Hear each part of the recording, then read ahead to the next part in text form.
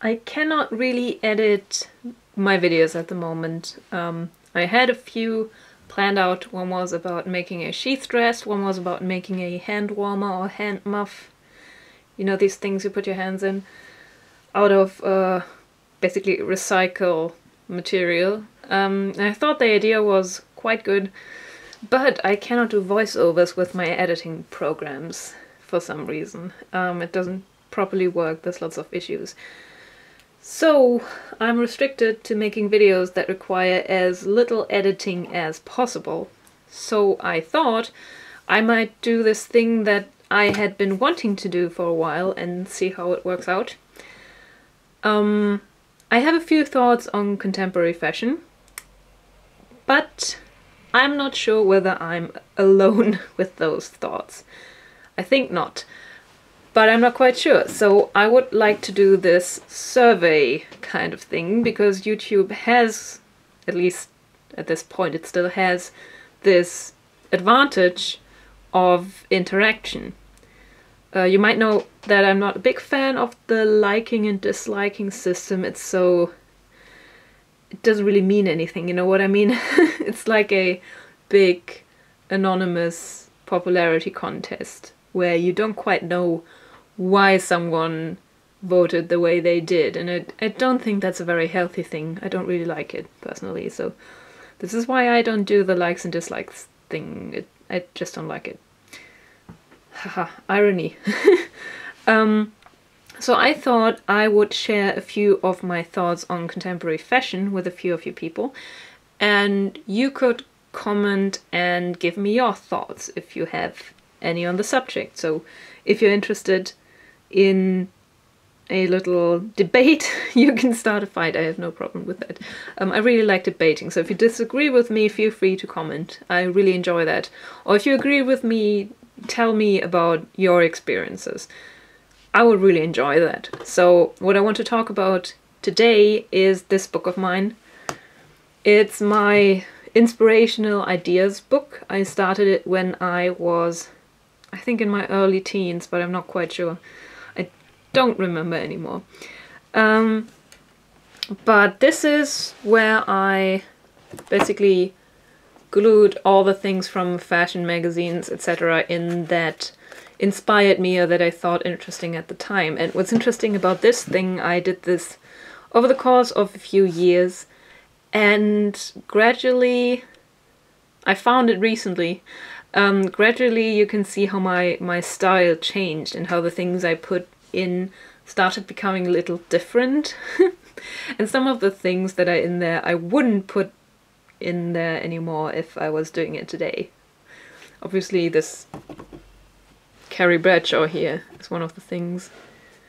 What kind of... is this a Primark bag? Oh my god!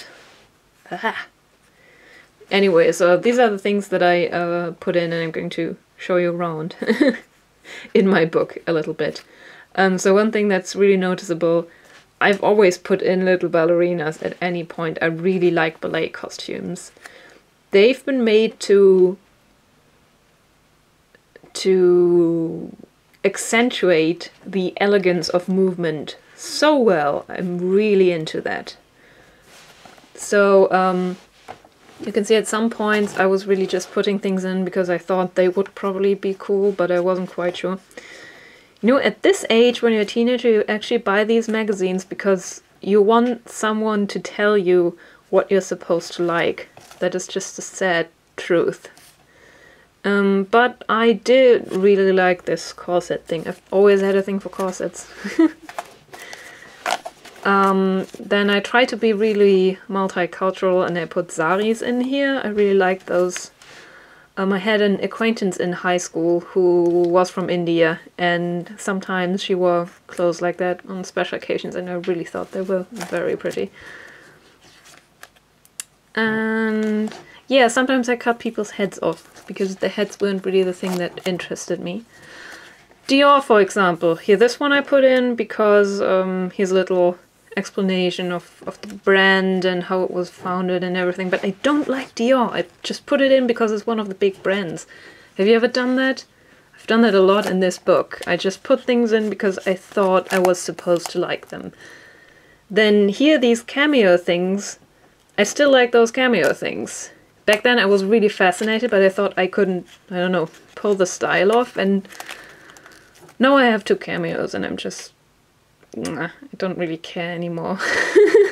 I guess it's not, for me it's not so much about being fashionable and up to date anymore, so don't worry if someone doesn't like my outfit. Then this thing was a poster. I think it had Buffy on it and the cast of Charmed and some other people, and again I cut all of their heads off like a creepy little psychopath, because I really like these corset things here. Yeah, and Sarah Michelle Gellar had the worst dress of all, but I really like her hair, so she was allowed to keep her head. And again, here little ballerinas, and here's my favorite costume from the Phantom of the Opera, again. And after a while, I started putting in stuff from Kaori Yuki. She's my favorite manga person, and I still collect her stuff. And this is how I learned to distinguish ankle straps, T-straps, and Mary Janes. And I think it's really shocking that sometimes people in fashion magazines can't distinguish those, because it's their job, really. Sometimes I wonder at people. Then more manga stuff and some red carpet things. I really like that Oscar dress. And Dita Van Teese, she is really cool. I mean, I'm not so much into the really tiny waists anymore, but she has a really good clothing style. Kenzo, not into it anymore either. And here, this is where it started that I put historical fashion in, because she was really a fashion icon for her time, and she spent more money on clothing than Marie Antoinette, and they beheaded Marie Antoinette for being too prone to spending a lot of money on her clothing. That was one part of it. Then here, the Geisha movie, remember when that came out? That really got me into kimonos. I really liked kimonos before, but that was really a trigger point. They westernized the kimonos though for that movie. I mean, proper kimonos look more like this. That was a trend back when it came out. And let's see, Lord of the Rings. I think this is one of the first times when I started really being into movie costumes. That was definitely Lord of the Rings. That was a changing point in my life, I guess. And more Indian clothing. Don't know, there's something about the contrast when you take clothing from different areas and you put it into contrast. This is something about fashion critics that I read, and this was the first announcement of The Devil Wears Prada. I was really excited to see that, and I still like the movie. I mean, for a chick flick, it's pretty good. If you ignore the protagonist, she's totally boring. And here, more people without heads. Seriously, if anyone finds this book in the future and sees how many heads I cut off, they're going to think I'm a crazy person. Phantom of the Opera, of course. What else? This musical also really influenced me fashion-wise. I don't know. And also, these 2 people are forever going to be the faces when I imagine Phantom of the Opera, because those were the first images I saw, those 2 people. That's what they always look like to me. Have you ever been imprinted that way? Valentino, da-da. Did you notice that romanticism comes back in spring every year? It's always pink and flowers and flounces, and they always act like they just reinvented spring fashion. Don't know. It's just so lazy. Here, Audrey Hepburn. My sister really likes her, and she's just an icon, so she had to be in here. Also put a lot of hair stuff in. More Dita Van Teese and things. And this is boring. Didn't even like this page when I put all the stuff in here. I don't even know why I left it in here. Victor and Rolf, they're okay, I guess. Gautier, I really don't like Gautier. Don't like his stuff. Don't know why. And I don't know why I put it in there. More Dita Van Teese here, you can tell even without the head. More Lord of the Rings, and they never put my favorite Lord of the Rings dress into any magazine. which sucks. I mean, it's of course the green velvet gown from Eowyn because I just really like it. And historical icons, movie, this is the Perfume movie, and again a musical, this time Elizabeth, another really good musical. More movie stuff. And here this is the first time that I put something about historical fashion in here. This was an advertisement for a book called The Worldwide History of the Dress. I didn't order it, but I really wanted to. Blah blah. Okay, this is boring. Don't know why I like this dress. More Dita Von Teese. More musicals. I have 2 of those stars, actually. Not the real ones, the merchandise ones, because those are actually with diamonds, I think. But this musical is really gorgeous. And this amazing dress. Dita Von Teese again. She just rocks. This is something interesting.